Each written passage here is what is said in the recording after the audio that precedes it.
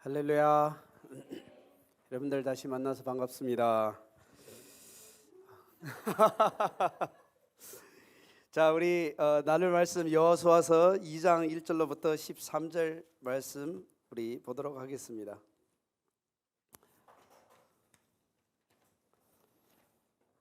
여호수아 2장 1절로부터 13절 우리 찾았으면 우리 교독하도록 하겠습니다. 제가 한 절, 여러분이 한 절 우리 교독하겠습니다. 눈의 아들 여호수아가 시딤에서 두 사람을 정탐꾼으로 보내며 이르되 가서 그 땅과 여리고를 엿보라 하매 그들이 가서 라합이라 하는 기생의 집에 들어가 거기서 유숙하더니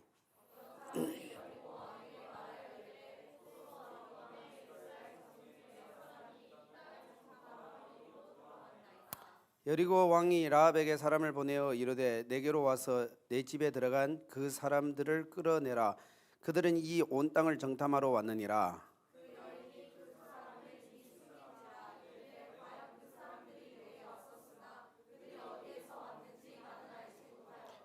그 사람들이 어두워 성문 닫을 때쯤 되어 나갔으니 어디로 갔는지 내가 알지 못하나 급히 따라가라. 그리하면 그들을 따라잡으리라 하였으나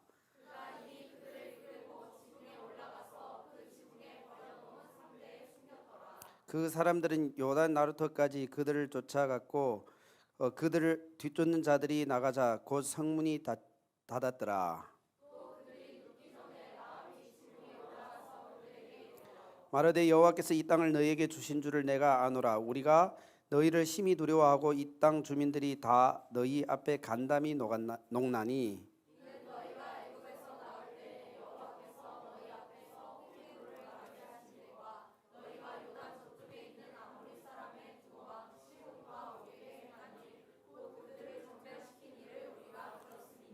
우리가 듣자 곧 마음이 녹았고 너희로 말미암아 사람이 정신을 잃었나니 너희의 하나님 여호와는 위로는 하늘에서도 아래로는 땅에서도 하나님이시니라.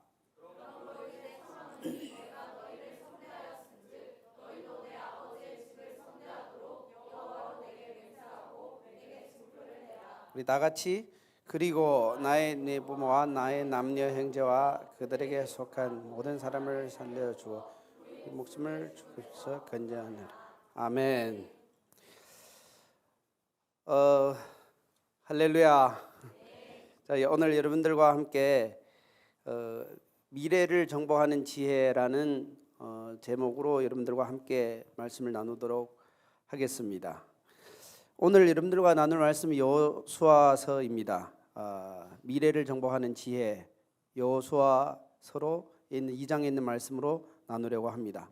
모세의 시대는 출애굽하여 광야에서 생존하는 시대였습니다. 불가능한 출애굽을 하게 되었죠. 그리고 또한 광야에서 60만 남자만 60만, 그러니까 장정만 60만, 그 가족을 다 합치면 180에서 200만 정도 된다고 합니다.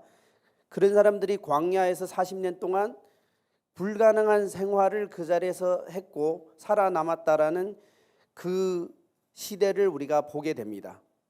그리고 그 광야에서 하나님을 예배하며 하나님의 율법을 지키며 살았다라는 것을 우리가 볼 수 있죠. 여호수아서는 그 다음 세대예요. 여호수아서는 여호수아로 통하여서 그 다음 세대가 어떻게 가나안 땅을 정복하는 것을 우리가 보게 됩니다. 그래서 우리가 그 가나안 땅을 정복하는 정복 시대라고 하기도 하지요. 인간적으로 볼 때도 그것 또한 불가능한 일이었습니다. 어떻게 그 가나안 땅을 그들이 그 전쟁에 익숙하지도 않은 이 목민들을 불러서 광야에서 40년 동안 살았던, 출애굽에서 광야에서 태어나서 광야에서 떠돌아다니던 이 다음 세대들을 데리고 가나안 땅을 정복해서 그 땅에 있는 원주민을 다 쫓아내고 그 지역에 있는 용사들을 다 쫓아내고 그 땅을 빼앗아 정복한다라는 것은 보기에 불가능한 일이었다라는 것이죠. 그런데 그것을 정복을 했어요. 결과적으로는 그 정복을 했다라는 것이죠. 그럼 우리가 이것을 보면서 우리가 생각을 할 수가 있게 됩니다. 우리는 때로는 불안하고 그리고 우리가 불확실한 이 세대에서 생존이 필요한 시대에서 살고도 있습니다. 그러나 더 나아가서 우리가 더 불확실한 이 미래를 어떻게 정복할 것인가 라는 것이 우리가 가지고 있는 고민이라는 것이죠. 사실은 이 시대에서 살아남기도 어려워요. 그래서 어떻게 보면은 이 시대 사는 자체가 모세 시대를 살고 있다고 보면 됩니다. 그래서 보통 우리가 이제 어른들 목회를 하다 나면은 모세 시대에서 생존을 했던 이런 말씀들을 나누면서 광야에서도 반석에서 물이 나올 것이다, 만나를 내려줄 것이다, 이렇게 하면서 말씀을 나누어서 어떻게 하든지 이 땅에서 살아남고 자녀를 교육하면서 신앙생활을 해 나갈 것에 대한 말씀을 나누곤 합니다. 그러나 우리 이 자리에 앉은 모든 청소년들, 청년들에게는 이것으로는 부족하다 그거예요. 우리가 필요한 것은 그 다음 세대에 우리가 정복해야 할 것, 정복해야 할 그 땅에 대해서는 우리는 무엇을 해야겠는가 말이죠. 그것은 바로 우리가 미래를 정복하는 것이에요. 가나안 땅은 우리의 미래예요. 그래서 우리가 그 땅에 대한 아주 강력하고 불확실하고 어떻게 할지 모르는 그 다음 단계인데, 그래서 너희들은 가서 그 땅을 빼앗아라. 어떻게 해요? 모르겠어요. 너무나 두려워요. 여호수아가 그 일장에 나올 때 하나님께서 두려워하지 말라고 했던 것처럼 두려워했단 말이죠. 광야에서는 생존했는데 다음 세대는 어떻게 할 것인가 말이죠. 여러분들 지금도 볼 때 우리의 부모나 어른들 시대는 그래도 잘 살아서 남았고 신앙생활을 잘했는데, 그럼 우리는 어떻게 해야 되겠는가 말이죠. 우리 때는 말이야 하면 지금 안 통하잖아요. 안 그래요? 우리 때는 뭐 옛날에는 이렇게 하면은 그때부터는 얘기하고 싶지 않아요. 저가 청년 때도 그랬어요. 우리 그때는 뭐 옥수수 2개 먹고 하루 종일 집회했단 말이야. 그럼 그게 우리하고는 무슨 상관이 있어요? 그때는 반석에서도 물이 나왔고 만나도 매일 내려주셨고 했지만은 여호수아 시대 때는 너희들이 가서 직접 정복을 하라고 명령을 내렸어요. 그럼 그것을 어떻게 해야 되겠는가 말이죠. 생존이든 정복이든 공통점이 있었습니다. 그것은 바로 하나님을 신뢰하는 믿음이었죠. 그래서 우리는 믿음으로서 생존이 가능합니다. 믿음으로만 정복이 가능합니다. 그래서 미래를 정복하는 지혜는 곧 믿음입니다. 믿음이에요. 그래서 미래를 정복하는 지혜는 믿음으로 오늘을 정복하는 것이에요. 오늘을 믿음으로 정복해야 미래를 정복한다라는 사실입니다. 오늘이 정복되면 미래는 정복됩니다. 할렐루야. 오늘 설교 끝. 이것만 기억하십시오. 오늘을 믿음으로 정복해야 한다.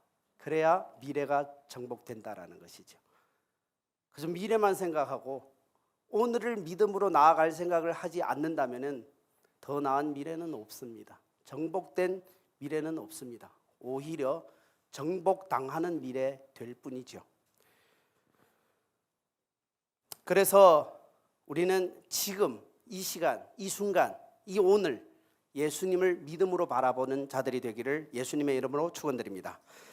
오늘 본문에서 나오는 이 라합에 대하여 저는 3가지를 나누려고 합니다. 바로 불안하고 불확실한 시대에서 어떻게 그 라합이 하나님의 은혜를 입었고 또한 어떻게 믿음으로 반응했느냐를 나누려고 합니다. 라합은 그 자신의 미래를 정복했습니다. 그는 당시 여리고성에서 유일하게 구원받은 사람이었고 라합의 가정에 있는 사람들만 구원받았습니다. 또한 그는 나중에 아브라함의 족보에 기록되었습니다. 아브라함의 족보에 여인이 3명이 나오죠. 거기다 한 사람이 더 추가되는데 우리아의 아내 해서 여인이었는데 이름은 안 나와요. 밧세바는. 그래서 아브라함의 족보에 3 여인이 나오는데 라합이 나온단 말이죠. 유대인들에게는 불가능한 일이에요. 어떻게 이런 이방 여인이 이름이 아브라함의 족보에 기록되었는가 말이죠. 그럼 우리가 오늘 본문에서 나오는 이 라합은 어떻게 그 당시에 구원받았을 뿐만 아니라 여리고가 멸망할 때 그의 가족들도 다 구원시키고 또한 유대인의 그 믿음의 족보에 이름까지 남기는 이런 축복된 그 미래를 소유하게 됐는가 말이죠. 그리고 전설에 의하면은 그가 결혼했던 살몬이라는 사람이 정탐꾼 중에 한 사람이었다고 합니다. 확실한 근거는 없지만은 이렇게 해석을 많이 하곤 합니다. 라합의 남편이 정탐꾼의 한 사람이에요. 그 말은 시집도 잘 갔다 그 말이에요. 시집도 잘 갔고요.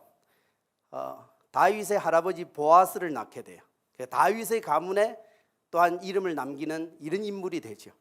엄청난 미래를 만들고 엄청난 인생을 역전시킨 인물이 되었어요. 그러나 우리가 이 라합을 우리가 관찰해 본다면은 그는 태어날 때부터 그렇게 괜찮은 사람은 아니었어요. 학벌도 가문도 정말 좋지 않았단 말이죠. 좋은 대학 나와서 여리고 성에다가 기생집 하나 꾸린 건 아니에요. 집이 좋아서 뭐 가게를 하나 내줄 테니까 몸이나 팔아라 뭐 이렇게 하는 가정도 아니었단 말이죠.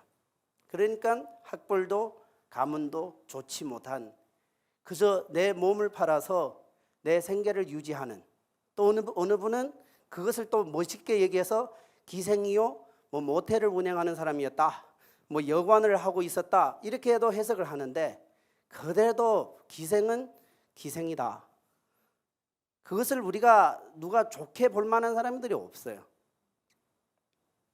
그런데 그 인생이 어떻게 그렇게 변하게 되었는가 말이죠.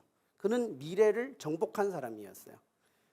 유대인들이 볼 때에도 이 라합은 그 사람, 유대인들이 볼 때도 가장 하찮은 사람 중에 모든 요소를 다 가진 사람이었어요. 첫째는 여자. 죄송하지만 이 자리에는 자매들이 더 많은데 성경 기록 당시에도 여러분들 다 잘 알잖아요. 여성들이 그렇게 존중받지 못하는 시대에 여인이자 또 이방인이에요. 이방인이자 또 기생이에요. 유대인들이 볼 때는 정말 존중받지 못할 모든 요소를 다 가지고 있으면서도 불구하고 아브라함의 믿음의 족보에 기록이 되었단 말이죠. 그래서 이 라합은 그런 인생에서, 그런 가정 배경에서 그는 미래를 정복을 했다라는 것이에요. 그래서 여러분들과 이 라합을 나누고 싶은 것이에요. 라합은 지금까지 신앙의 긍정적인 인물로 많은 분들이 본받고 있게 된 그의 믿음, 그의 삶, 그가 정복했던 그 미래, 어떻게 하게 되었는가라는 세 가지를 나누고 싶습니다. 첫째는 라합이 미래를 정복할 수 있었던 첫째는 하나님의 은혜였다라는 것이에요. 은혜. 이 은혜는요, 우리가 얘기를 하고 또 해도 이건 부족해요. 우리 2장에서 1절 보십시오. 1절에 두 사람이 정탐꾼을 보내어서 이르되 가서 그 땅과 여리고를 엿보라 하매 그들이 가서 라합이라는 기생의 집에 들어가서 거기서 유숙하더니, 라합의 집에 정탐꾼이 들어갔다라는 것이, 이것이 가장 큰 은혜예요. 누가 찾아왔다. 기독교는 유일하게 신이 하나님이 인간을 찾아온 이 스토리를 얘기를 하고 있는 것이, 신이 찾아왔어요. 하나님이 독생자를 아낌없이 우리에게 주셨어요. 그러니까 하나님께서 먼저 찾아왔고 먼저 주셨고 먼저 우리에게 구원을 베푸신 것이에요. 이것이 은혜예요. 인간들이 조금만 잘하면요, 내가 말이에요. 내가. 목회자들도 목회를 한 40-50년 하고 나면은 내가 말이야, 이 교회를 이렇게 이루었고 사람들을 얼만큼 키웠고 얼만큼 성과를 이루었다라는 것을 내가라는 것을 나오게 되는 건데, 네가 만약 하나님께서 쓰시지 않았다면은 너는 영원히 지옥에 가서 지옥 그저 심판받을 그런 자체밖에 되지 않는데 우리는 그 은혜를 쉽게 잊어버려요. 그래서 우리 구약 성경에 보면은 이스라엘아 너희는 너희 하나님을 잊어버렸도다라고 많이 나오고 있어요. 사람이 타락할 때는 은혜를 잊어버릴 때 타락해요. 여러분, 내가 받았던 은혜, 나를 도와줬던 그 은혜, 우리 사람들에게도 도움도 많이 받았는데 잘 잊어버리잖아요. 맞죠? 그래서 여러분들 감사 노트는 들고 다녀야 돼요. 누가 나인데 잘해준 거는 적어 놓으세요. 잘못한 거는 안 적어 놔도 돼요. 그건 기억에 잘 나잖아요. 다른 사람들이 내인데 못되게 된 거는 안 적어 놔도 내 다 기억에 난다고요. 그건 때만 되면 원수를 갚을 생각을 다 하고 있단 말이죠. 그런데 감사한 일은 그때 당시에 감사합니다, 너무 감사합니다 했는데 하룻밤 자고 일어나면 까먹어요. 잊어버려요. 하나님의 은혜를 잊어버릴 수가 있다라는 거예요.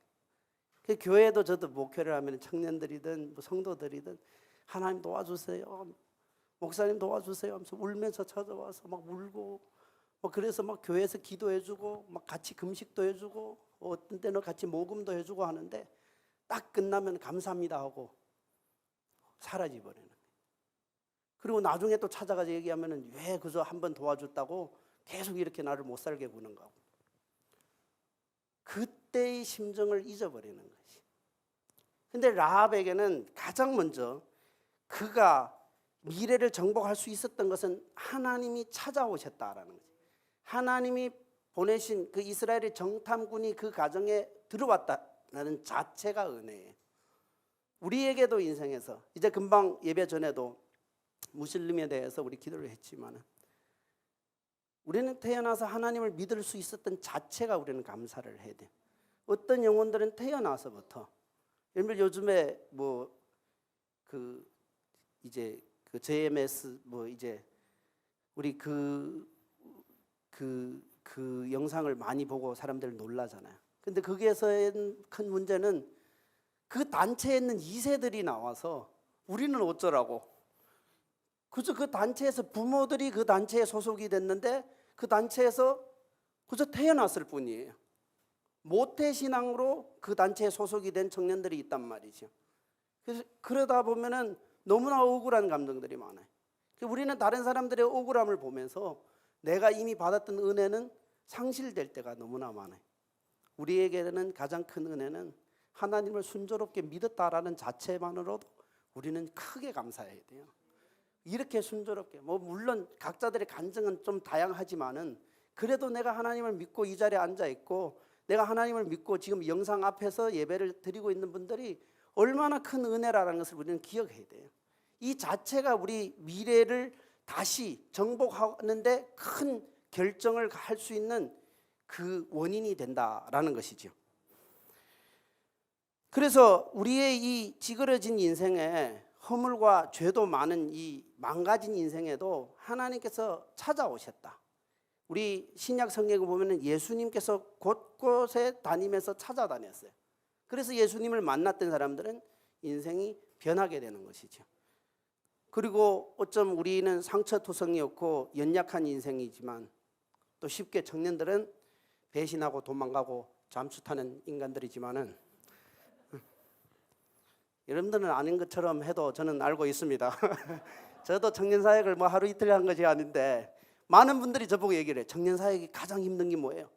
경제적으로 부족해서 어렵지 않습니까? 하는데 저는 얘기를 합니다. 청년사역이 어려운 것은 경제적인 게 아닙니다. 청년들이 쉽게 배신하는 것입니다. 뜨겁게 기도하고 눈물 흘리고 북한까지 간다고 손 들어놓고 그리고는 사라져버렸어. 잠수 타서 어디 갔는지 모르겠어.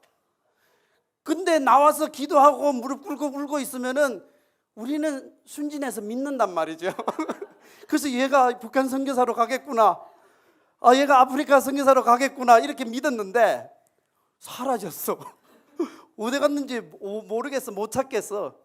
그래서 우리가 너무너무 그런 집회 때의 그런 상황들 보면서 나중에 이 사역자들이 상처받을 때가 있단 말이죠. 그러나 여전히 우리 주님은 찾아오십니다. 도망간 당신의 인생에 우리 주님은 찾아가셔서 끝까지 인도하신단 말이죠. 라합의 이 찌그러진 인생에 정탐꾼이 들어왔어요. 그것이 그의 인생에서는 큰 은혜였다라는 것이죠. 큰 은혜였다. 또한 그에게 은혜는 이제 이스라엘에 관한 소문을 들었던 것이 그에게는 큰 은혜였어요. 이스라엘의 소문을 들었다. 그래서 우리는 이미 너희들의 소문을 듣고 간담이 녹았다. 그리고 우리는 하나님이 이 땅을 너희에게 넘겨준 줄 우리는 알고 있다. 그래서 그 소문을 들었어요. 그 소식을 들었어요. 복음은 듣는 자에게는 은혜다라는 것이죠. 믿는 것은 다음이지만은 복음을 들을 수 있다라는 것이 큰 은혜예요. 여러분, 우리도 다 복음을 듣고 믿게 된 것이잖아요. 그러니까 복음을 듣는 것이 큰 은혜예요. 그래서 성경에서는 복음을 전하는 사람을 정말 큰 하나님의 동역자라고 생각을 하고 있죠. 그래서 우리는 복음을 전하고 좋은 소식을 전하는 게 복음을 전하라고 했어요. 우리는 쉽게 요즘에 복음은 안 전하고 우리 교회 나오라고 하는 거. 그러다 나니까 복음이 사라졌어요. 복음을 전해야 돼. 교회는 나중에 예수 믿고 가까운 데로 다니고 일단은 예수님을 믿으라고 해야 되는 거예요. 예수님을. 복음을 전해야 돼. 그에게는 좋은 소식을 들었다라는 것이죠. 그리고 그에게 큰 은혜는 정탐꾼과 언약을 맺었다라는 것이. 그와 언약을 맺었어요. 그래서 다시 너희들이 이 여리고를 이제 정복하러 올 때는 우리를 살려달라, 나를 살려달라 하고 언약을 맺게 된단 말이죠. 우리 이 성경은 약속이 아닙니까? 하나님께서 우리에게 약속을 하셨어요. 이 약속을 하였고 우리 이제 전체적으로 구속사적으로 볼 때는 아담과 하와가 범죄하고 나서 나는 너희를 구원해 주겠다라는 하나님의 일방적 약속과 함께 지금까지 우리를 십자가에서 구원하여 주셨고 다시 재림한다라는 모든 약속이 성경에 들어져 있단 말이죠. 그러면 이 성경 자체는 우리에게는 큰 은혜라는 거죠. 네가 뭔데 너와 약속을 맺는간 말이죠. 라합이 뭔데 정탐꾼이 너와 약속을 맺는간 말이죠. 그래서 그 약속을 맺은 자체가 그에게는 은혜였어요. 하나님께서 우리 인간에게 약속을 하고 약속을 지키겠다고 하고 우리에게 지금까지 그 약속대로 하나님께서 성취하는 자체가 우리에게는 큰 은혜라는 것을 기억하시기를 바랍니다. 때문에 우리는 항상 감사해야 하고 항상 하나님 앞에서 겸손해야 하죠. 그리고 모든 영광을 하나님께 돌려야 하는 것이 마땅하다라는 것입니다. 두 번째는 라합이 미래를 정복할 수 있었던 두 번째는 라합이 가지고 있었던 안목이었다라는 거예요. 안목. 그에게는 믿음의 눈이 있었어요. 믿음의 눈. 그에게 믿음의 눈이 있었는데 첫째는 그는 시대를 볼 줄 아는 눈이 있었어요. 시대를 볼 줄 아는 눈. 여리고의 시대가 지나가고 이스라엘의 시대가 올 것이다 라는 것을 알았단 말이죠. 사람들이 이 땅을 살아나가는데 불안하니까 경제학자나 미래학자들의 얘기를 듣고 10년 후에 어떻게 될 것인가 라는 것을 추측하면서 더듬어가는 것이 우리의 인생이에요.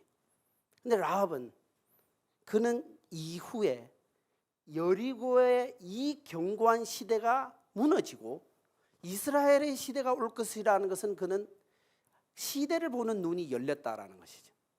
여러분 그 사람들이 이 역사학자들이 얘기를 해요. 여리고 성은 무너질 가능성이 전혀 없는 성벽이에요. 다 잘 알고 있잖아요. 근데 그 성벽이 무너졌어요. 여러분 우리 이 세상에 있는 어떤 제도들을 보면은 전혀 무너질 가능성이 없다고 사람들은 그것을 굳건하게 믿는 사람들이 많아요. 그런데 하나님이 통치하는 시대가 곧 올 것이라는 것을 아시길 바랍니다. 그때는 심판의 시대예요. 그래서 우리는 그 시대를 보는 눈이 열려야 한다라는 것이죠. 하나님의 뜻, 하나님의 때, 하나님의 통치, 하나님의 방법, 이것을 우리가 생각을 하면서 다음 시대는 어떤 시대가 될 것인가. 그래서 성경에서 기록했던 그 주님의 때를 우리가 보면서 그것을 믿으면서 나아가는 것이 시대를 분별할 줄 아는 사람들이 되는 것이. 누구나 다 시대를 얘기를 하고 있어요. 다 시대를 얘기를 하고 있지요. 왜냐하면 리더가 되려면 시대 얘기를 해야 되기 때문이에요. 그런데 우리는 가장 먼저 기억해야 할 것은 성경에서는 뭐라고 했느냐, 그리고 주님께서 직접 말씀하셨던 말씀들을 우리가 생각을 하면서 다음 시대를 볼 줄 아는 눈이 열리는 자들이 되기를 바랍니다. 라합이 가지고 있었던 시대를 보고 있는 눈이고, 라합은 또한 그에게는 사람을 보는 눈이 있었어요. 사람을 보는 눈. 사람을 보는 눈이 있었단 말이에요. 정탐꾼이 2명이 집에 딱 들어왔는데 이 두 남자는 달라. 얼마나 남자를 많이 봤겠어요. 그가 하는 일이 남자를 접대하는 일이잖아요. 여러분, 옷가게 하는 사람이 손님이 딱 들어오면 살지 안 살지 안 돼요. 들어오는 그 사람 눈빛, 걸음걸이, 두리번거리는 그 자체를 봐도 이 사람은 오늘 들어와서 옷을 살 것인가 말 것인가를 안다라는 것이. 사람을 자주 보다 나면은 사람을 알게 돼요. 라합은 기생으로서 남자만 상대하는 이런 일을 했단 말이죠. 그런데 어느 날에 웬 남자 2명이 딱 들어왔는데 달라. 전혀 내가 만났던 지금까지 여리고 성 안에 있는 사람이나 밖에 있는 사람이나 여리고 성에서 들락날락하는 사람들을 엄청 많이 만났고 수도 없이 만났는데 다른 사람들과 달라. 그 전에 오던 남자들은 눈빛에 음심이 꽉 차 있고 정욕이 꽉 차 있고 욕심이 꽉 차 있어. 라합, 오래간만이야. 보고 싶었어. 굉장히 그 남성의 정욕이 꽉 차 있는 눈빛으로 그의 욕심만 채우려는 그런 사람들만 보다가 웬 남자 2명이 딱 왔는데 눈빛 자체가 틀려. 사명이 꽉 차 있고 눈빛 안에 열정이 꽉 차 있고 책임감이 꽉 차 있는 이 눈빛 자체. 그러니까 자매님들, 결혼하지 않았으면 눈빛부터 쳐다보세요. 그 안에 욕심과 음욕과 정욕이 꽉 차 있어서 그가 노리고자 하는 것은 그저 정욕적인 것이라면 그때는 삼가할 줄 알아야 돼. 그 사람이 비전에 이미 눈빛이 초롱초롱해 있고 믿음의 눈빛이 초롱초롱해 있고 어떤 하나님의 뜻을 이루기 위한 열정이 막 충만한 이런 눈빛을 찾아서 시집가야 되죠. 아니겠어요? 물론 형제들도 마찬가지예요. 형제들도 마찬가지죠.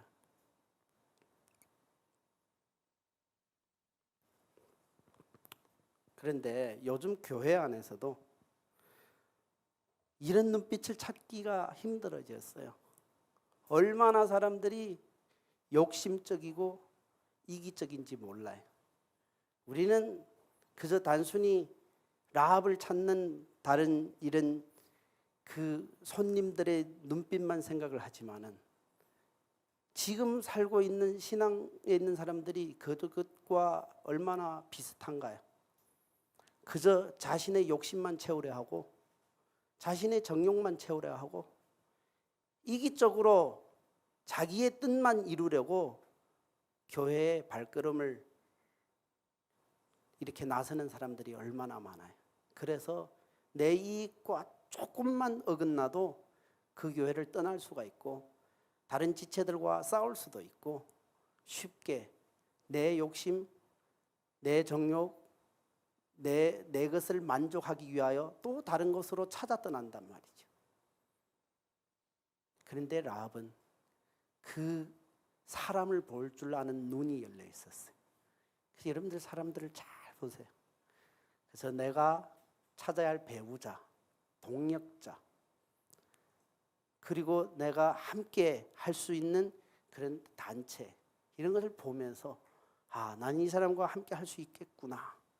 쉽게 말해서 우리가 사람들인데 그런 얘기를 하잖아요. 내 앞에서 다른 사람 욕하는 사람은 돌아서면 내 욕도 할 수 있다.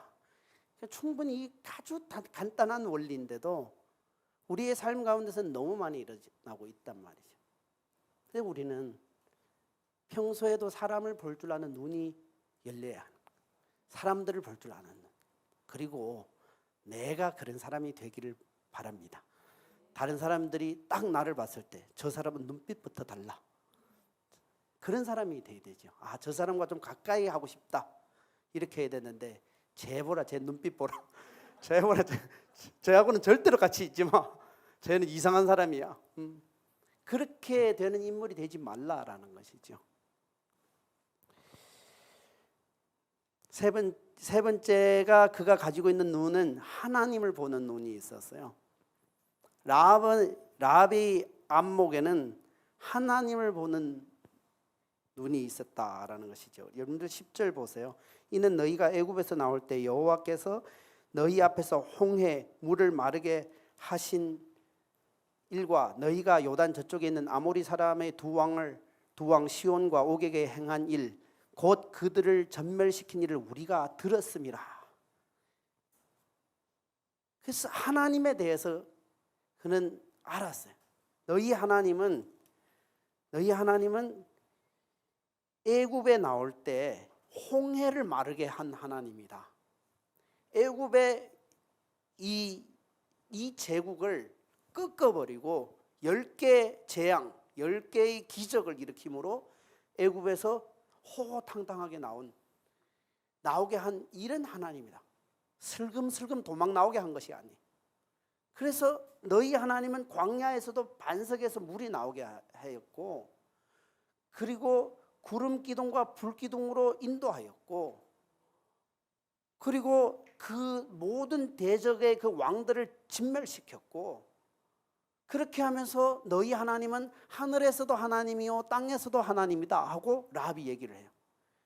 이 이방 여인 라합이 마치 여리고에서 신학 공부를 한 사람처럼 너무나 하나님에 대해서 잘 알아요. 너무나 하나님. 정탐꾼도 깜짝 놀랐어요. 어디서 졸업했는가 하고. 너무 잘 알아. 하나님에 대해서 너무 잘 안단 말이죠. 여러분, 믿음은 하나님을 알 때부터 믿음이 생기는 것이에요. 여러분, 우리 하나님은 감기를 치료합니다 하면 감기밖에 못 치료하는 거예요. 내가 알고 있는 하나님은 감기는 치료하고 다리 아플 때는 병원에 가야 된다. 그래서 어떤 사람들이 감기 정도는 어쩌다가 자고 하나님 치료 안 해도 한번 자고 일어나도 나을 수 있으니까. 괜히 이 하나님을 계속 제한시킨단 말이죠. 내가 알고 있는 하나님은 어떤 하나님인가 말이죠. 여러분, 내가 알고 있는 하나님이 어떤 하나님이면은 그 하나님을 우리는 믿고 끝까지 기다릴 수가 있게 되는 것이에요. 신뢰할 수 있는 믿음이 생기는 것은 내가 알고 있는 하나님이 어떤 하나님인가를 알아야 된다라는 것이죠. 그래서 우리는 하나님의 속성에 대해서 배우기도 하고 그 하나님의 속성에 대해서 체험하는 것이에요. 그 하나님의 속성을 체험할 때부터 우리 하나님은 신실하신 하나님이시다, 불변하시는 하나님이다, 사랑이신 하나님이다. 그렇게 하면서 하나님을 우리가 체험하고 알고 그리고 그 하나님을 믿고 전할 수가 있게 되는 것이죠. 근데 내가 하나님을 모르니까 다 인간의 잔머리로 신앙생활을 하려고 해. 인간의 잔머리. 그래놓고는 하나님이 하셨대. 누가 봐도 그것은 하나님이 하신 것 아닌데 인간의 잔머리로 해놓고 하나님이 하셨다라는 것을 인간적인 방법으로 사람들은 많이 하더라라는 것이죠. 그런데 하나님을 우리는 이 보는 눈이 있으면은 모든 것을 초월하여서 그분을 보고 나아갈 수가 있어요. 여러분, 우리가 어떨 때 보면은 나라나 정치나 그리고 뭐 교단이나 교회나 그리고 목회자나 리더나 이것을 쳐다보다가 상처받을 때가 있어요. 그리고 실망했다고 할 때가 많잖아요. 실망. 그런데 하나님을 바라보면은 그것을 초월할 수가 있어요. 하나님을 보는 시선, 모든 것을 초월하는 시선. 여러분, 성경에 요셉이 나오잖아요. 요셉이 집에서 아주 아버지의 사랑받고 잘 컸는데 형들이 시기 나니까, 그리고 또 요셉이 아버지 있는 데만 사랑받을 뿐만 아니라 하나님의 사랑도 받아서 꿈까지 꾸게 됐단 말이죠. 뭐 집에서 자고 있는데 꿈을 꿨어. 꿈을 꿨는데 또 형들인데 자랑해. 안 그래도 얘 미워 죽겠는데 하나님의 꿈을 받았다 하니까 형들이 얼마나 미워하는지 이 새끼 죽여야 되겠다.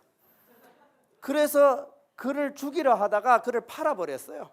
팔았는데 그가 이제 우리 성경에서 보면은 하나님 그와 함께 했더라 그래요. 그래서 이제 노예도 되고 감옥에도 가고, 그리고 최종은 이제 총리가 됐단 말이죠. 애굽의 총리가 되었어요. 그리고 다시 형들과 만나게 돼요. 그런데 그 만날 때 요셉이 했던 말이 너무나 하나님을 바라보는 관점으로 얘기를 해요. 그래서 이제 창세기 50장에 20절 21절에 이렇게 얘기를 하잖아요.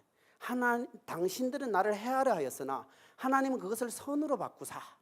그리고 45장에서는 당신들이 나를 보낸 것이 아니에요. 하나님이 나를 먼저 보냈다.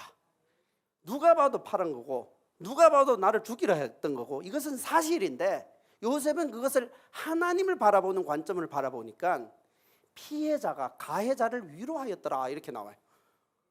21절에 보면 50장 21절에 형들을 위로하면서 얘기를 했대요. 위로해 줬대. 이걸 누가 누구를 위로해야 돼요? 가해자가 피해자였는데 위로하고 용서를 빌고 해야 하는데 이 피해자가 가해자였는데 위로를 하였더라. 그것은 하나님을 보는 사람만이, 하나님이 보이는 사람만이 가능한 일이에요. 가능한. 그리고 우리 인생에 있는 억울함, 우리가 인생에서 겪고 있었던 우리가 생각할 때 이해가 안 되는 것들, 이런 것은 하나님을 보는 눈이 열리면 다 해결되더라라는 것이 하나님. 왜 이렇게 왜 난 도무지 이해 못하겠다고. 청년들이 기도할 때 막 왜 많이 하잖아요. 왜. 근데 하나님을 바라보는 눈이 열리면은 그것이 해결된다라는 것이죠. 해결된다. 라합이 미래를 정복할 수 있었던 세 번째는 라합의 믿음의 실천이었다라는 거예요. 믿음의 실천이었다. 라합이 가지고 있었던 믿음의 실천. 그의 믿음의 실천은 오늘을 믿음으로 살은 거예요. 오늘을 믿음으로 살았는데 그 안에 있는 첫째는 오늘을 항상 기다리는 삶을 살았어요. 항상 언젠가는 내가 운영하고 있는 이 모텔에 이스라엘 사람이 오지 않겠나, 그는 기다렸어요. 그래서 이스라엘 사람이 딱 왔을 때는 그는 알아봤다라는 것이죠. 기다렸어요. 우리가 은혜를 만들 수는 없지만은 은혜를 사모하는 마음은 있어야 돼요. 내가 직접 은혜를 만들 수가 없어요. 은혜는 하나님이 주시는 것이에요. 그러나 우리는 은혜를 사모하고 갈망하고 언제 그 은혜가 나에게 올 것인가라는 것을 우리는 기다리는 삶을 사는 것이에요.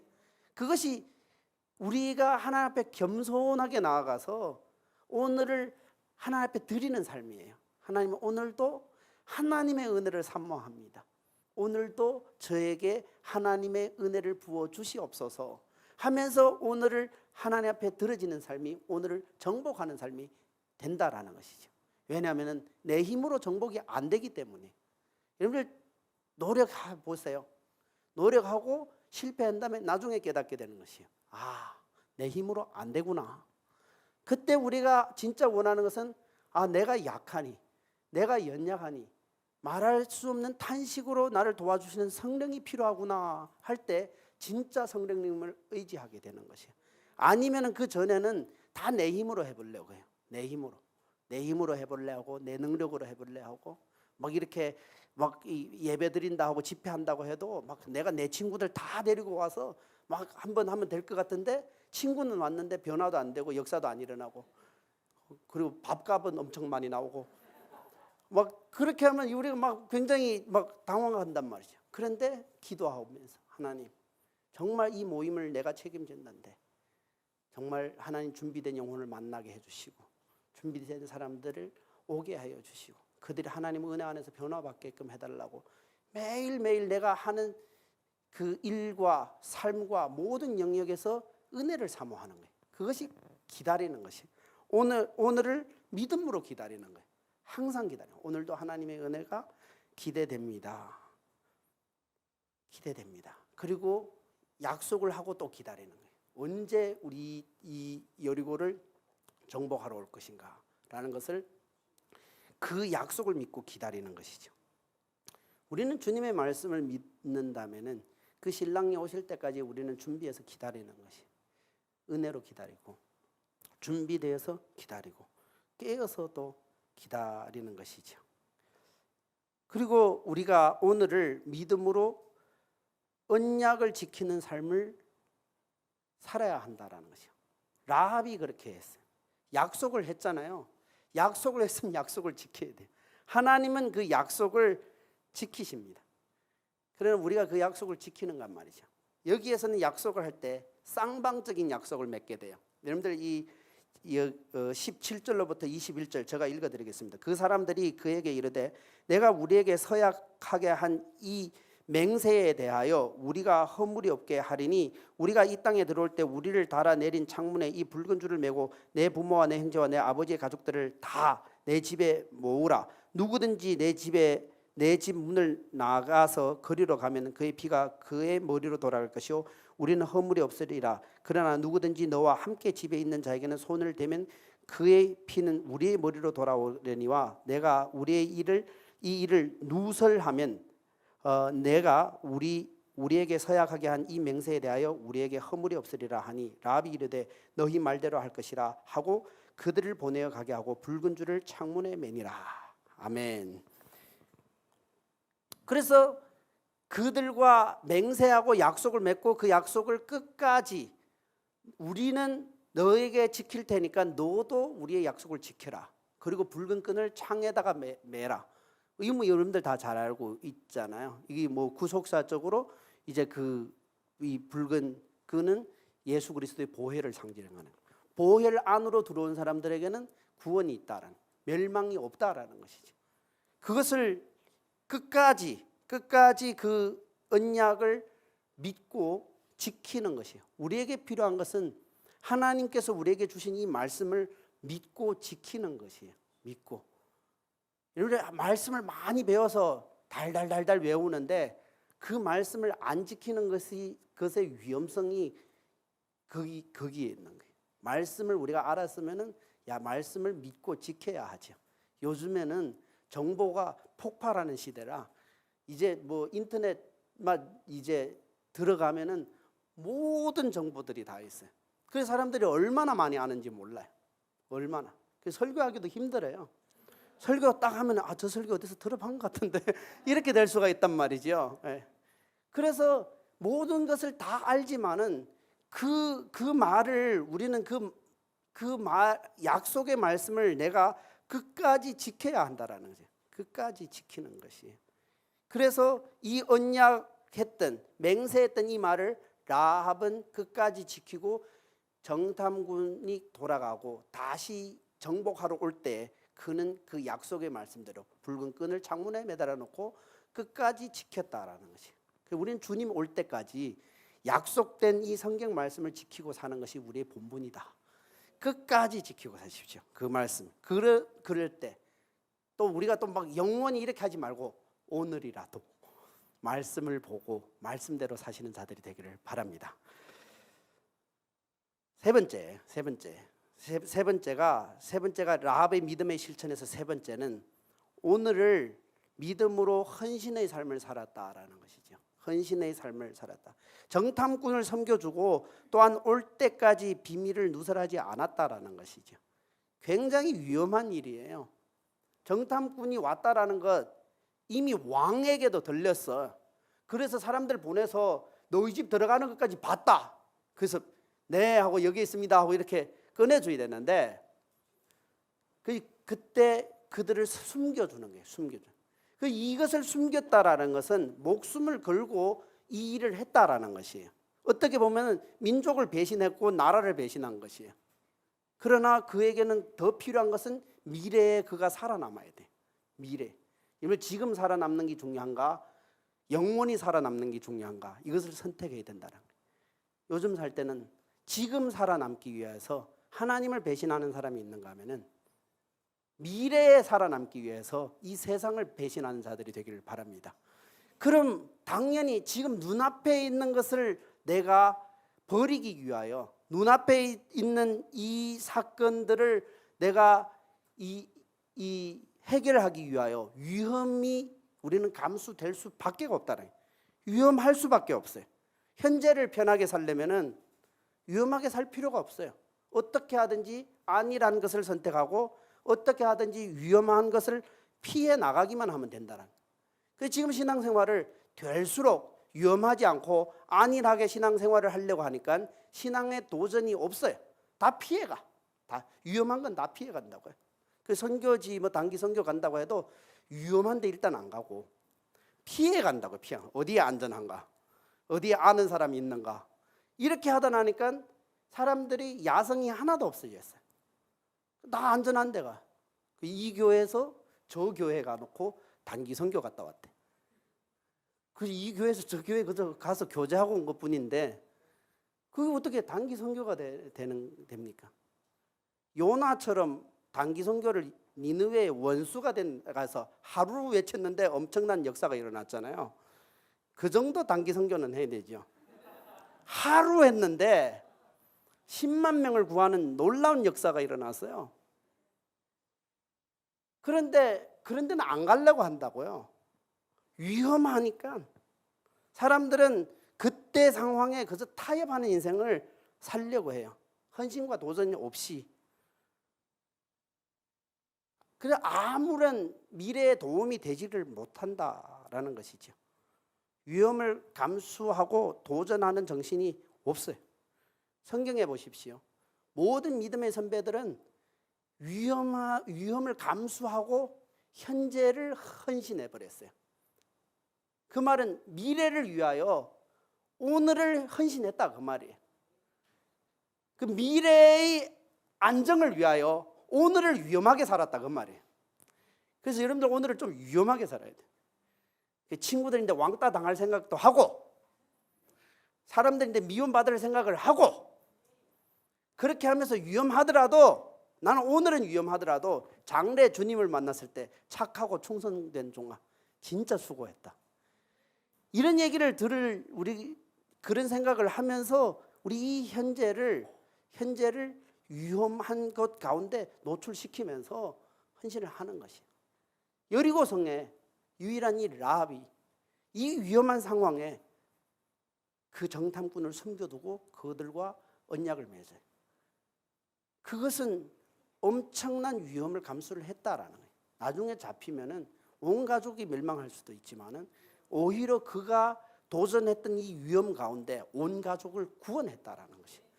그러니까 우리가 그렇게 사는 것이에요. 여러분 아브라함도 너는 떠나라 하니까 갈 바를 알지 못하고 떠났어요. 모세도 성경의 히브리서 11장에 왕궁을 거절하고 그는 광야로 떠났단 말이죠. 왕궁에 사는 것을 좋아하지 않고 오히려 하나님의 백성들과 고난받는 걸 더 좋아했대. 근데 그는 더 나은 미래를 바라봤던 거예요. 그러니까 현재에 헌신할 수 있었다라는 것이죠. 다윗도 마찬가지예요. 형들에게 음식을 가져다 주러 갔다가 보니까 블레셋 장군이 골리앗이라는 사람이 거기서 막 외치는 것이에요. 싸우자고 맞짱 뜨자고. 그런데 이스라엘 그 많은 장군들이 나가지를 않았어요. 왜 나니? 위험하니까. 누가 봐도 싸워서 이길 만한 상대가 못 되는 거예요. 그러니까 그들은 평안을 선택했어요. 당분간의 안위를 선택했단 말이죠. 우리가 딱 볼 때 상대가 너무 세. 상대가 보니까 내가 이길 만한 상대가 못 될 것 같아. 그러니까 누구도 안 나가는 거예요. 비겁한 인생. 우리가 기독교가 어떻게 보면 외적으로 볼 때 못할 수가 있어요. 어떤 부분이 약할 수도 있어요. 그러니까 누구도 안 나가. 그 비겁하게 다 숨어 있어서 막 욕하고 손가락질하고 막 비웃고 하는데 누구도 못 들은 척하는 거예요. 서로 눈길 마주치도 너 들었어? 나 못 들었어. 지금 골리앗은 저기서 막 욕하고 있는데 서로 못 들은 척한단 말이죠. 얼마나 비겁해.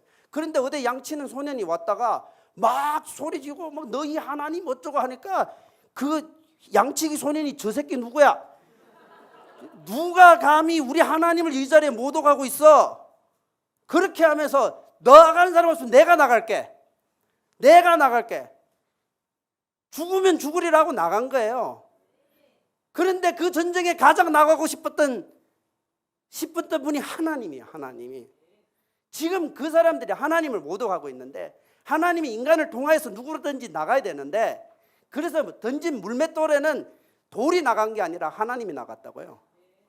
하나님이 이쪽으로 던지는데 하나님이 막 슉 돌아가게 해서 막 하나님이 기대했던 것은 그 한 사람이에요. 그 한 사람. 위험을 감수하고 내가 나갈게. 그래도 이스라엘에 누가 대표라고도 나가서 죽어도 용사가 되는 거예요. 그래서 우리가 내가 위험을 무릅쓰고 나갈게. 죽으면 순교잖아요. 순교. 그렇게 하늘나라의 영광이 된단 말이죠. 근데 하나님 그렇게 잘 죽게 안 해요. 잘 죽게 안 한단 말이죠. 중국에 그 개혁 개방을 하고 개혁 개방을 하고 나서 이제 많은 교회들이 시골에서 이제 일어나고 있었어요. 근데 역시 여전히 핍박을 하고 있었단 말이죠. 근데 어느 단체에서는 70명의 목숨을 걸고 복음을 전하겠다는 청년들이 나왔어요. 다 20대 좌우거든. 그들이 유서를 써요. 부모 있는데 유서를 쓰고 진짜 부모에게 죄송합니다. 부모를 효도하지 못하고 난 복음을 위해서 죽겠습니다. 하고 70명이 유서를 쓰고 전국 각지에 다니면서 복음을 전하기 시작했어요.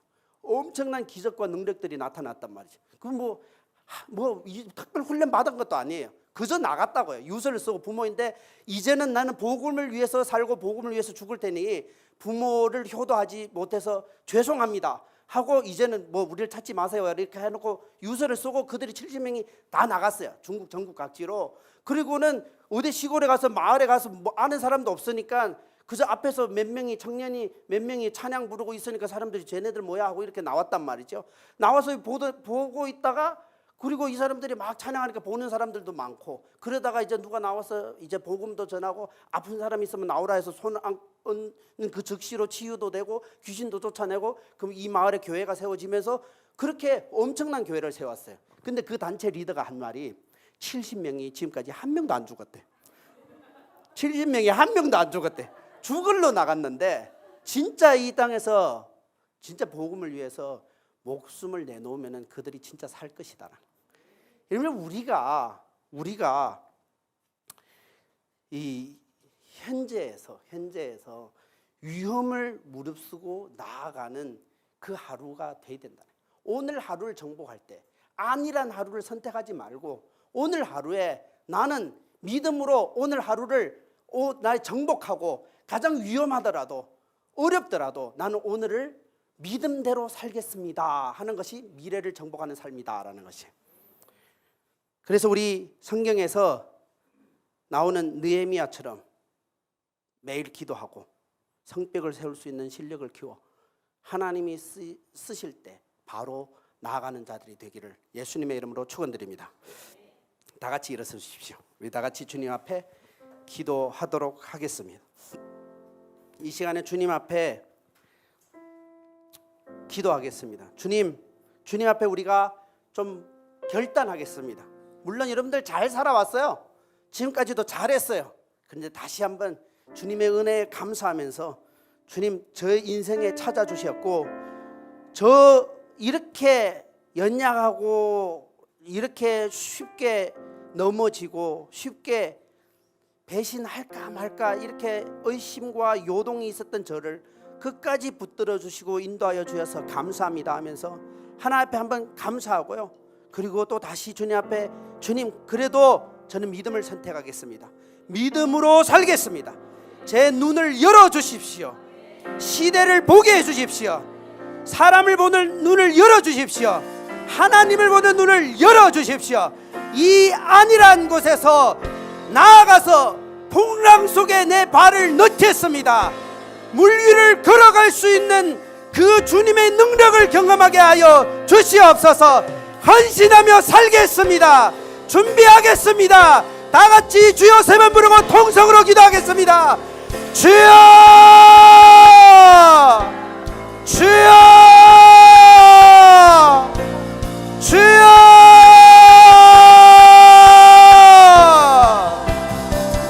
Find the Lord in the 니나 라이스의 말씀 은혜를 베풀어 주시길 감사합니다.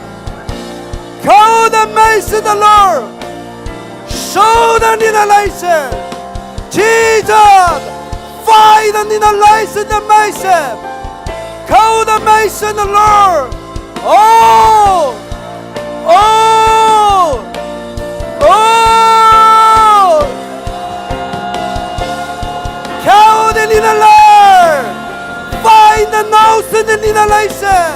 하나님 은혜를 감사합니다. 감사합니다. 네. So the little nation more. 더 믿음으로 살기를 원합니다. 시대를 보는 눈을 열어주시고 사람을 보는 눈을 열어주시옵소서. 가우드 little nation 하나님 앞에 헌신으로 드려지고 헌신으로 드리죠. 가운데 말씀 네 아벌 아벌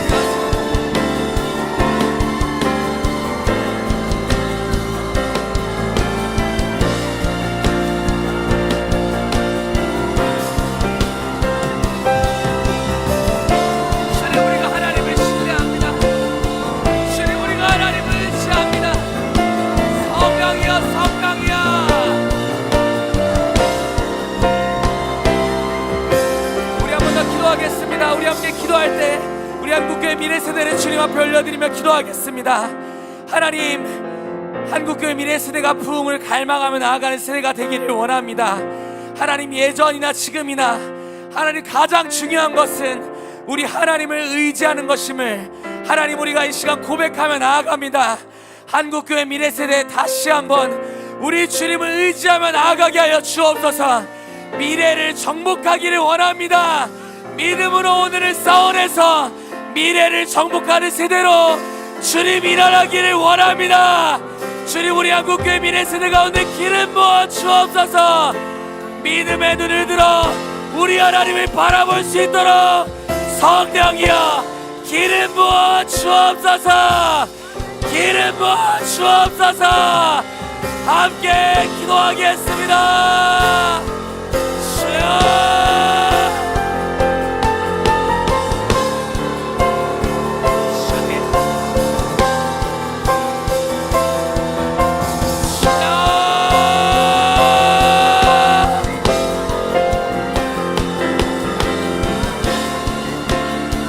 주님, 우리 가운데 믿음의 눈을 들어 주옵소서.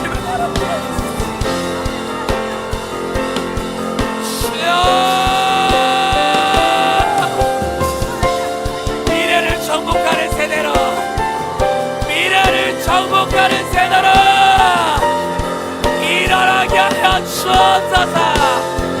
주여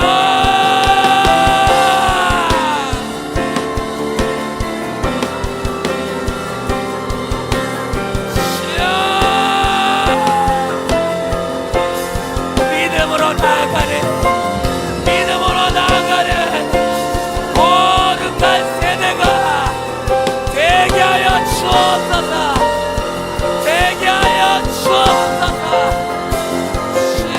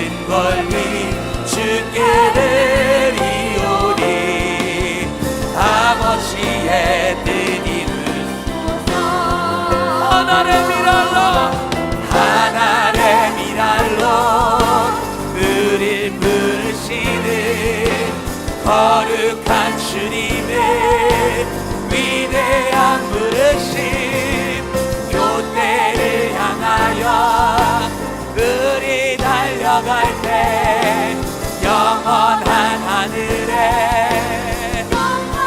하나님의 미랄로 아멘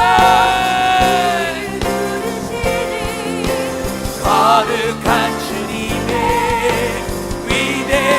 부르심 교대를 향하여 우리 달려갈 때 영원한 하늘에 영광 보게 되리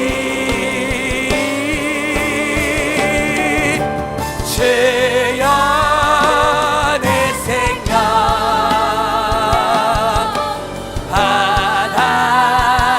받아주소서. 썩어질 미랄 되어 생명의 열매를 맺으리 난 원합니다.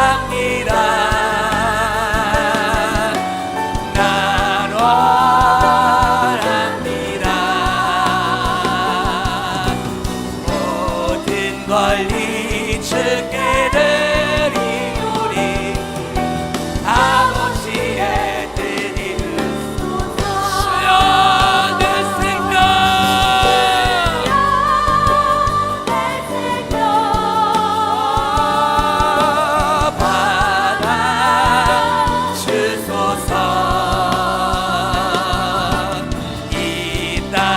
썩어질 미랄 되어 생명의 열매를 맺으리 아멘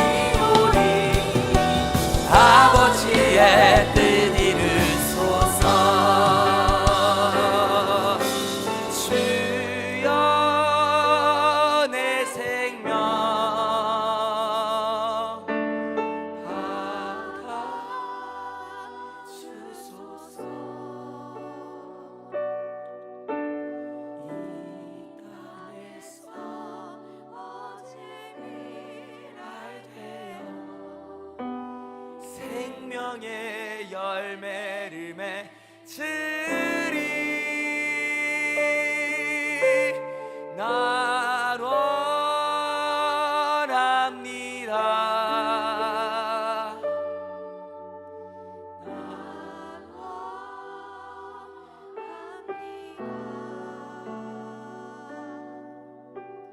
모든 권리 주께 드리오니 아버지의 뜻 이루소서. 주여 내 생명, 주여 내 생명 받아 주소서. 이 땅에서 거짓이라 되어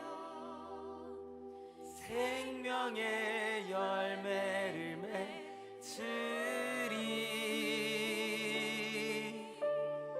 난 원합니다.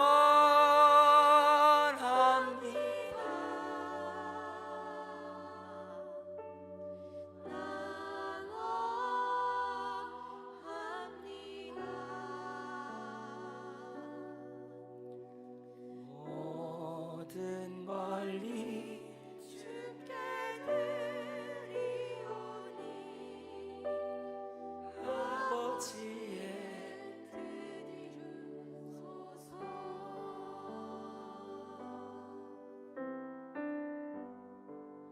우리 마지막으로 한 가지만 같이 더 기도했으면 좋겠습니다. 우리 함께 기도하실 때 우리 사랑하는 한국교회를 주님 앞에 올려드리며 같이 기도하겠습니다. 하나님, 사랑하는 한국교회가 우리 하나님을 향한 첫사랑과 하나님을 향한 그 약속을 지켜내는 교회가 되기를 원합니다. 하나님 앞에 서원했던 하나님 그 선교 비전이 다시 한번 한국교회를 깨워내기를 주님 원합니다. 하나님, 청년들의 고백이 변화되게 하여 주십시오. 하나님, 우리 미래세대의 고백이 변화되게 하여 주십시오. 하나님, 그저 어느 수련회에서 눈물을 흘리며 하나님 외치는 그런 반복적인 고백이 아니라 자신의 인생을 다 갈아 넣어서 우리 하나님 나라를 위해 헌신하겠다 고백하는 하나님 그 한국교회의 고백이 다시 한번 회복되게 하여 주옵소서. 선교하기를 원합니다. 하나님의 미랄이 되어 주님 저 죽어가는 열방을 살리기를 원합니다. 하나님의 미랄이 되어 한국교회를 춥고 열방에 있는 세계의 교회가 깨어나기를 원하오니 주님 한국교회를 사용하여 주옵소서. 부흥을 주시네 선교 부흥을 주시옵소서. 거룩한 선교사의 무리가 일어나게 하여 주옵소서. 생명 걸고 예수를 따라가는 한국교회야 일어날지어다. 함께 기도하겠습니다.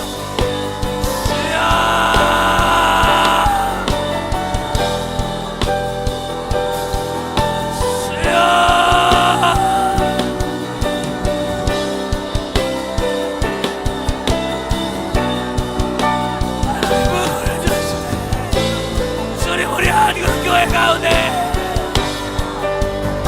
거룩한 선교부흥을 허락하여 주옵소서.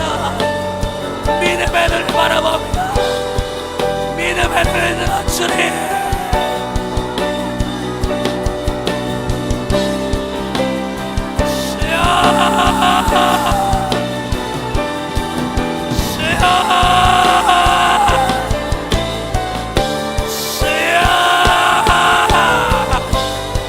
거룩한 세대야 선교부흥으로 일어날지어다.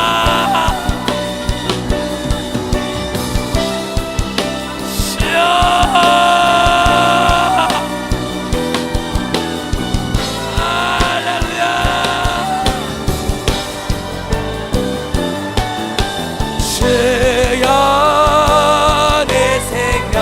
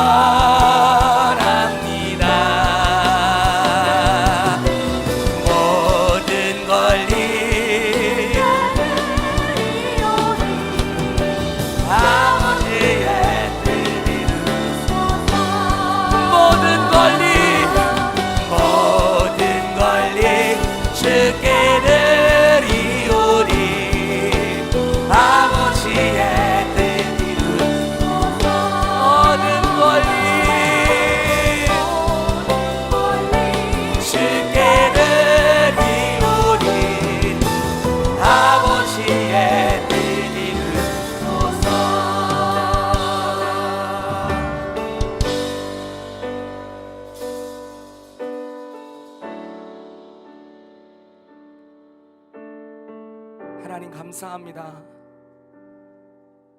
주님, 우리가 하나님을 예배할 수 있고 하나님 이렇게 모여서 주님 나라를 위해 기도하며 달려갈 수 있으면 주님 감사드립니다. 하나님, 모든 것이 주님의 은혜이오나 하나님, 우리가 믿음의 눈을 들어 주님께 기도하는 것은 하나님, 우리 사랑하는 한국교회 미래세대와 주님 열방에 죽어가는 영혼들의 하나님, 우리와 같이 믿음의 눈을 들어 주님을 바라보게 되기를 주님 간절히 기도합니다. 하나님, 우리의 믿음이 없었던 모든 행동과 말들은 주님 우리의 입에서, 우리의 생활에서 끊어지게 하시고 믿음의 눈을 들어 우리 하나님을 바라보게 하여 주옵소서. 하나님이 어떠신 분이신지를 기억할 수 있는 은혜가 주님 우리 가운데 부어지게 하여 주시옵소서. 그 하나님의 거룩하신 위대하신 하나님 그 계획 앞에 하나님 어찌 우리의 삶을 드리지 않을 수 있겠습니까? 하나님, 우리의 모든 삶을 드려서 우리 하나님 나라를 위해 달려가기를 원하오니 주님 우리를 사용하여 주시옵소서. 주님 우리를 사용하여 주시옵소서. 주님 우리를 통하여 한국교회 미래세대와 열방에 죽어가는 미래세대가 주님을 보게 될 수 있도록 주님 우리를 사용하여 주옵소서. 그렇게 우리 가운데 기름 부으시고 하나님을 향한 믿음을 회복시키셔서 미래를 이끌어 나가고 미래를 정복하는 자들로 세우실 주님을 찬양합니다. 주님 우리에게 기름 부으셔서 하나님이 미래세대를 함께 이끌어 나갈 수 있도록 주님 인도하여 주옵소서. 그렇게 하실 주님 찬양합니다. 주님만 영광 받아 주십시오. 반드시 우리를 승리케 하실 주님 찬양합니다. 약속하시고 이루시는 우리 주님을 찬양합니다. 주님만 영광을 받아 주옵소서. 감사드리며 예수님의 이름으로 함께 기도합니다. 아멘.